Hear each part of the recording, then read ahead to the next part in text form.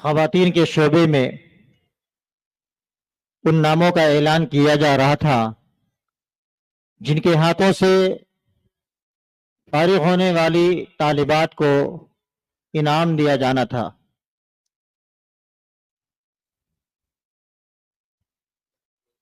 فضیلت الشیخ جناب مولانا گل حسن اثری حفظہ اللہ کی اہلیہ محترمہ اسٹیج پر تشریف لائے۔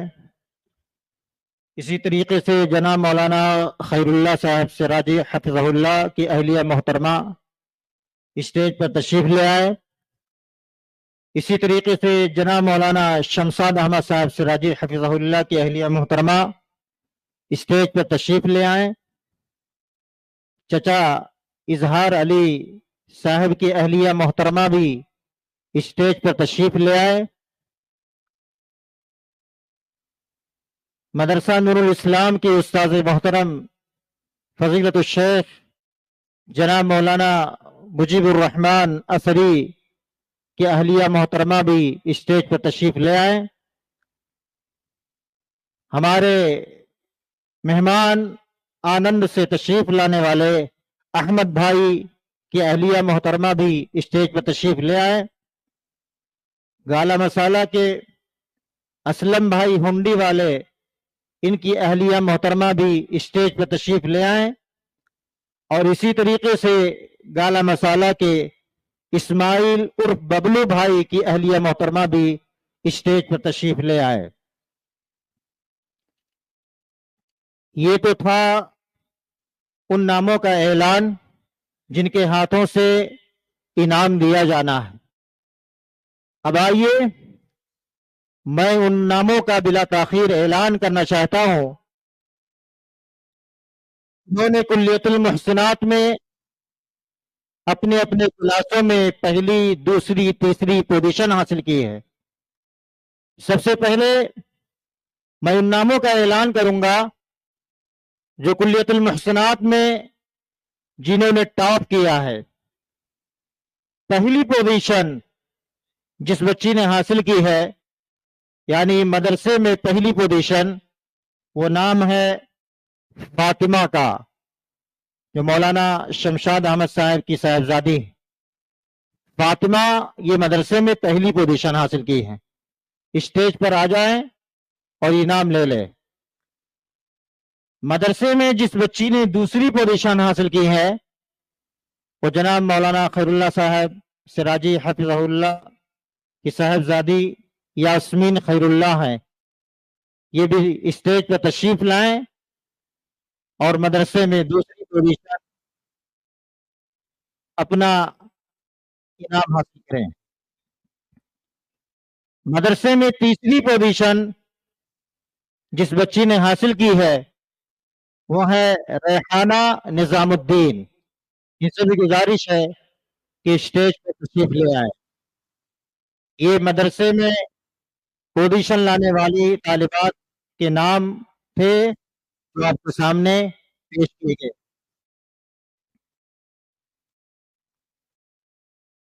اب اوپر کلاس سے یعنی سادس سے پوزیشن حاصل کرنے والے طالبات کے ناموں کا اعلان کیا جا رہا ہے۔ سادس میں پہلی پوزیشن جنہوں نے حاصل کی ہے وہ ہے یاسمین خیر اللہ۔ آپ تشریف لائیں۔ انہوں نے مدرسے میں بھی پہلی پوزیشن حاصل کی ہے کلیہ میں، اور سادس میں دوسری پوزیشن جنہوں نے حاصل کی ہے وہ ہے ساجدہ حبیب اللہ۔ ساجدہ حبیب اللہ اسٹیج پر تشریف لائیں۔ اور سادس میں تیسری پوزیشن جنہوں نے حاصل کی ہے وہ ہے سمیہ ابو الوفا۔ سمیہ ابو الوفا۔ ان تینوں طالبات سے گزارش ہے کہ اسٹیج پر آئیں اور اپنے انعامات لے کر کے جائیں۔